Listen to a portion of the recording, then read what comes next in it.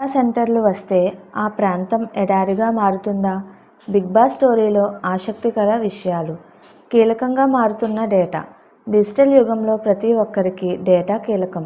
మన ఇంటర్నెట్లో వెతికే సమాచారం, యాప్ల ద్వారా వాడే సేవలు, క్లౌడ్లో నిల్వ చేసే ఫోటోలు, వీడియోలు, ఆన్లైన్ బ్యాంకింగ్, ఈ-కామర్స్ లావాదేవీలు, కృత్రిమ మేధస్సు ఏఐ లాంటి సాంకేతిక వినియోగం మొత్తం డేటా సెంటర్ల మీద ఆధారపడి ఉంటుంది. అయితే ఇవి కేవలం టెక్నాలజీ అభివృద్ధికి మాత్రమే కాదు, పర్యావరణానికి కూడా పెద్ద సవాళ్లు విసురుతున్నాయి. తాజా గూగుల్ నివేదిక ప్రకారం పునరుత్పాదక శక్తి వనరులపై భారీగా పెట్టుబడులు పెట్టినప్పటికీ డేటా సెంటర్ల ద్వారా ఉత్పత్తి అయ్యే కార్బన్ ఉద్గారాలు, CO2 ఎమిషన్స్ వేగంగా పెరుగుతున్నాయి. దీనికి ప్రధాన కారణాలు డేటా వినియోగం పెరగడం, ఏఐ ప్రాసెసింగ్ విస్తరించడం, సరఫరా శృంఖల ఉద్గారాలు, సప్లై చైన్ ఎమిషన్స్, అలాగే తక్కువ జీవితకాలం గల హార్డ్వేర్ వాడకం.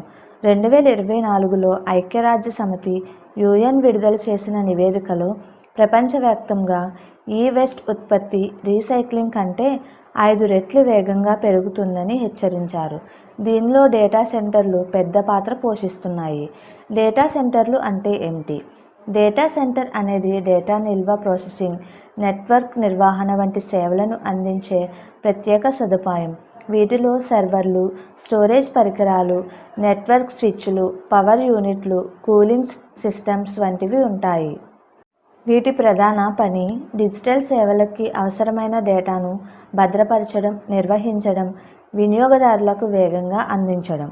డేటా సెంటర్లలోని ప్రధాన రకాలు. ప్రైవేట్ డేటా సెంటర్లు కంపెనీలు తమ స్వంతంగా ఏర్పాటు చేసుకున్నవి. కో-లొకేటెడ్ డేటా సెంటర్లు పెద్ద డేటా సెంటర్లలో స్థలం అద్దెకు తీసుకొని వినియోగించేవి. క్లౌడ్ డేటా సెంటర్లు Amazon, AWS, Microsoft Azure, Google cloud వంటి పెద్ద సంస్థలు నిర్వహించే హైపర్ స్కేల్ సెంటర్లు. భారతదేశంలో డేటా సెంటర్లు ఎక్కడెక్కడ ఉన్నాయి? భారతదేశం ప్రస్తుతం ఆసియాలో వేగంగా పెరుగుతున్న డేటా సెంటర్ మార్కెట్గా గుర్తింపు పొందుతోంది. ప్రధాన డేటా సెంటర్ హబ్లు. ముంబై దేశంలోనే అతిపెద్ద డేటా సెంటర్ మార్కెట్. సముద్రపు కేబుల్ కనెక్టివిటీ ఎక్కువగా ఉండటం ప్రధాన కారణం. హైదరాబాద్ టెక్ కంపెనీల విస్తరణ వల్ల డేటా సెంటర్లకు కొత్త కేంద్రంగా ఎదుగుతోంది. బెంగళూరు ఐటీ హబ్ కావడంతో డేటా స్టోరేజ్ అవసరాలు అధికం. ఢిల్లీ NCR ప్రభుత్వ, ప్రైవేట్ రంగ అవసరాల కోసం వేగంగా అభివృద్ధి చెందుతుంది. చెన్నై సముద్రపు కేబుల్స్ కనెక్టివిటీ కారణంగా ముఖ్యమైన డేటా సెంటర్ నగరంగా అవతరిస్తుంది. తాజాగా విశాఖలో గూగుల్ రూ. 50,000 కోట్లతో డేటా సెంటర్ ఏర్పాటు చేసేందుకు సిద్ధమవుతుంది. డేటా సెంటర్లు ఎలా పనిచేస్తాయి? సర్వర్లు డేటాను నిల్వ చేసి ప్రాసెస్ చేస్తాయి.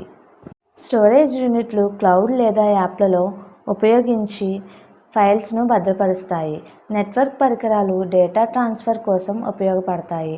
కూలింగ్ సిస్టమ్ సర్వర్లు 24x7 పనిచేయడం వల్ల అధిక ఉష్ణోగ్రత వస్తుంది. దాన్ని నియంత్రించడానికి ప్రత్యేక కూలింగ్ వ్యవస్థలు అవసరపడతాయి.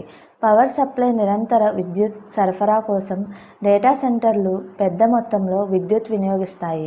డేటా సెంటర్ల పర్యావరణంపై ప్రభావం. డేటా సెంటర్ల వల్ల పర్యావరణానికి అనేక రకాల నష్టాలు కలుగుతున్నాయి. వీటిలో ప్రధానమైనవి అధిక విద్యుత్ వినియోగం. సర్వర్లు, కూలింగ్ సిస్టమ్స్ 24 గంటలు పనిచేయడం వల్ల విద్యుత్ వినియోగం విపరీతంగా పెరుగుతుంది. 2030 నాటికి ప్రపంచ డేటా సెంటర్ల కార్బన్ ఉద్గారాలు అమెరికా దేశం వార్షిక ఉద్గారాల 40% సమానంగా ఉంటాయని మోర్గన్ స్టాన్లీ నివేదిక చెబుతుంది. ఈ-వేస్ట్ పెరుగుదల. హార్డ్వేర్ జీవితకాలం తక్కువగా ఉండటం వల్ల ప్రతి 3 నుంచి 5 ఏళ్లకొకసారి మారుస్తున్నారు. ఈ ప్రక్రియలో భారీగా ఈ-వేస్ట్ ఉత్పత్తి అవుతుంది. సరిగా రీసైకిల్ చేయకపోతే పర్యావరణానికి హానికరం. గ్రీన్ హౌస్ వాయువులు. చాలా చోట్ల ఇంకా బొగ్గు, పెట్రోల్ వంటి ఇంధనాల ద్వారా ఉత్పత్తి అయిన విద్యుత్ వాడుతున్నారు. దీని వలన carbon dioxide, methane, nitrous oxide వంటి వాయువులు పెరుగుతున్నాయి. నీటి వనరుల వృధా. కూలింగ్ సిస్టమ్స్లో భారీ స్థాయిలో నీరు వాడుతున్నారు. నీటి కొరత ఉన్న ప్రాంతాల్లో ఇది పెద్ద సమస్య. ఉదాహరణ అమెరికాలోని అరిజోనా రాష్ట్రం. మైక్రో క్లైమేట్ డేటా సెంటర్ల నుంచి నిరంతరం వెచ్చని గాలి బయటకు వెళ్ళడం వల్ల స్థానిక వాతావరణం మారిపోతుంది. కొన్నిసార్లు ఇది మంచిగా కూడా ఉపయోగపడుతుంది. ఉదాహరణ స్టాక్హోమ్లో డేటా సెంటర్ల వేడి వాయువును ఇళ్లలో తపన కోసం వాడుతున్నారు. హానికరమైన పదార్థాల విడుదల పాత సర్వర్ల ప్రాసెసర్లు సరిగా డంప్ చేయకపోతే లోడ్, మెర్క్యూరీ, కార్డియం వంటి విష పదార్థాలు నేలలో కలుస్తాయి. అభివృద్ధి చెందిన దేశాలు ఈ వేస్ట్ను అభివృద్ధి చెందుతున్న దేశాలకు తరలించడం గతంలో సాధారణం. దీనిని బాసెల్ కన్వెన్షన్ ఆపే ప్రయత్నం చేసింది. డేటా సెంటర్ల భవిష్యత్ విద్యుత్ వినియోగం 2030 నాటికి డేటా సెంటర్లు 2.5 బిలియన్ మెట్రిక్ టన్నుల CO2 ఉద్గారాలు సృష్టిస్తాయని అంచనా. అంతర్జాతీయ ఇంధన సంస్థ IEA ప్రకారం డేటా సెంటర్ల శక్తి వినియోగం వచ్చే సంవత్సరాల్లో 80% పెరుగుతుంది.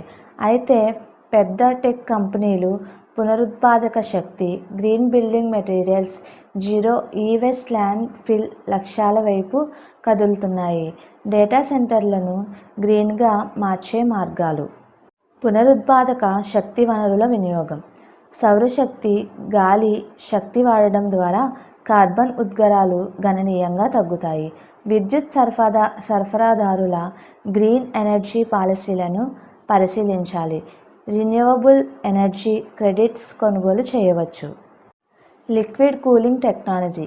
సాంప్రదాయ ఎయిర్ కండిషనింగ్ బదులు liquid immersion cooling, direct to chip cooling పద్ధతులను వాడాలి. వీటితో నీటి వృధా తగ్గుతుంది, శీతలీకరణ సమర్థత పెరుగుతుంది. మ్యాచువలైజేషన్ ఒక సర్వర్లో అనేక వర్చువల్ మిషన్లను నడిపి విద్యుత్ వినియోగాన్ని తగ్గించవచ్చు. పరికరాల జీవితం పెంచడం హార్డ్వేర్ను తరచుగా మార్చడం కాకుండా అప్గ్రేడ్లు చేసి ఎక్కువ కాలం వినియోగించాలి. ఈవేస్ట్ రీసైక్లింగ్ డేటా సెంటర్ పరికరాలను సరిగా రీసైకిల్ చేసి మళ్ళీ వినియోగించే విధానాలను పాటించాలి. గ్రీన్ బిల్డింగ్ మెటీరియల్స్ కొత్తగా నిర్మించే డేటా సెంటర్లలో పర్యావరణ అనుకూల నిర్మాణ సామాగ్రిని ఉపయోగించాలి. స్థానిక వనరుల వినియోగం డేటా సెంటర్లో ఏర్పాటు చేసే ప్రదేశం వాతావరణానికి అనుగుణంగా డిజైన్ చేయాలి. ఉదాహరణకు చల్లని ప్రాంతాల్లో కూలింగ్ ఖర్చు తక్కువగా ఉంటుంది. డేటా సెంటర్ వస్తే ఏం జరుగుతుంది? డేటా సెంటర్ల ఏర్పాటుతో పర్యావరణానికి నష్టాలు ఉన్నాయనడంలో ఎంతో నిజం ఉంది. సరిగ్గా వ్యవహరిస్తే అంతకంటే ఎక్కువ లాభాలు ఉంటాయి. వాటిలో ప్రధానమైనవి ఉద్యోగ అవకాశాలు పెరుగుతాయి. ప్రత్యక్ష ఉద్యోగాలు డేటా సెంటర్లో సర్వర్ నిర్వహణ, network engineering, data security, cooling technicians, electrical ఇంజనీర్లు, ఫెసిలిటీ మేనేజ్మెంట్ వంటి విభాగాల్లో స్థానికులకు ఉద్యోగాలు లభిస్తాయి. పరీక్ష ఉద్యోగాలు డేటా సెంటర్ చుట్టుపక్కల ఉన్న హోటళ్ళు, ట్రాన్స్పోర్ట్, కేటరింగ్, సెక్యూరిటీలు, సర్వీసులు, క్లీనింగ్ సిబ్బంది వంటి రంగాల్లో కూడా ఉపాధి అవకాశాలు పెరుగుతాయి. స్థానిక వ్యాపారాలకు ప్రోత్సాహం. ఇన్ఫ్రాస్ట్రక్చర్ డెవలప్మెంట్ డేటా సెంటర్ ఏర్పాటుకు భారీ స్థాయిలో కరెంట్, నీరు, ఇంటర్నెట్ కనెక్టివిటీ అవసరం. దీనివల్ల ఆ ప్రాంతంలోని మౌలిక వసతులు మెరుగుపడతాయి. సప్లై చైన్ డేటా సెంటర్ నిర్మాణానికి సిమెంట్, ఇనుము, ఎలక్ట్రికల్ పరికరాలు, ఎయిర్ కండిషనింగ్ యూనిట్లు, జనరేటర్లు వంటి వాటి సరఫరా అవసరం. ఇవన్నీ స్థానిక వ్యాపారులకు కొత్త అవకాశాలు ఇస్తాయి. సర్వీస్ రంగం tech support, hardware maintenance, software సొల్యూషన్లు వంటి IT ఆధారిత వ్యాపారాలు అభివృద్ధి చెందుతాయి. పెట్టుబడుల ఆకర్షణ ఒకసారి డేటా సెంటర్ ఏర్పడితే దాని చుట్టూ మరిన్ని టెక్ కంపెనీలు స్థిరపడతాయి. మల్టీనేషనల్ కంపెనీలు డేటా నిల్వ కోసం ఆ ప్రాంతాన్ని ఎంచుకోవడం వల్ల విదేశీ పెట్టుబడులు పెరుగుతాయి. రియల్ ఎస్టేట్ రంగం కూడా లాభపడుతుంది. ఎందుకంటే డేటా సెంటర్ సిబ్బంది కోసం నివాసాలు, కమర్షియల్ స్పేస్ డిమాండ్ పెరుగుతుంది. డిజిటల్ ఆర్థిక వ్యవస్థ అభివృద్ధి స్థానిక కంపెనీలు క్లౌడ్ సర్వీసులు, డేటా స్టోరేజ్ను సులభంగా పొందగలుగుతాయి. Fintech, e commerce, health tech, education tech వంటి రంగాలు వేగంగా ఎదుగుతాయి. స్టార్టప్లకు డిజిటల్ మౌలిక వసతులు అందుబాటులోకి వస్తాయి. ప్రభుత్వ ఆదాయం. డేటా సెంటర్ ద్వారా పన్నులు, రిజిస్ట్రేషన్ ఫీజులు, విద్యుత్ బిల్లులు వంటివి ప్రభుత్వానికి పెద్ద ఆదాయ వనరుగా మారుతాయి. ఆదాయం పెరగడంతో అభివృద్ధి పనులకు నిధులు మెరుగవుతాయి. సాంకేతిక నైపుణ్యాల పెంపు.